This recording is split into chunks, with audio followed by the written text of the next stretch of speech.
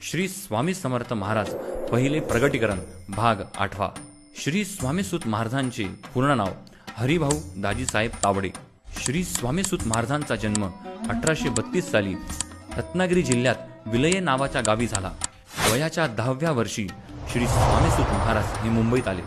मग ते त्यांच्या वडिलांचे मित्र दाजीसाहेब सुभेदार यांच्या घरी 7 ते 8 वर्ष राहिले आणि त्यांनी तिथे शिक्षण घेतले आणि ते मुंबईच्या म्युनिसिपालिटीमध्ये बिल रिसिव्हर म्हणून कामाला लागले. परंतु श्री स्वामीसूत महाराजांना लवकरात लवकर श्रीमंत व्हायचं होतं, म्हणून त्यांचा मित्र गजानन श्रीधर खत्री याच्या सांगण्यावरून त्यांनी अफूचा व्यापार केला. म्हणून अफूचा वाढलेला भाव बघून भरपूर पैसे मिळतील हे बघून या आशेने त्यांनी असतील तेवढे पैसे त्यावर लावून टाकले. परंतु अंदाज चुकला, व्यापार फसला आणि ते कर्जबाजारी झाले. मग श्री स्वामीसूत महाराजांचे पंडित नावाचे मित्र होते. नंतर ते तिघ एकत्र आले आणि त्यांना श्री स्वामी महाराजांची आज्ञा कशी झाली व त्यांचे सर्व संकट कसे दूर झाले हे आपण पुढील भागात बघूया.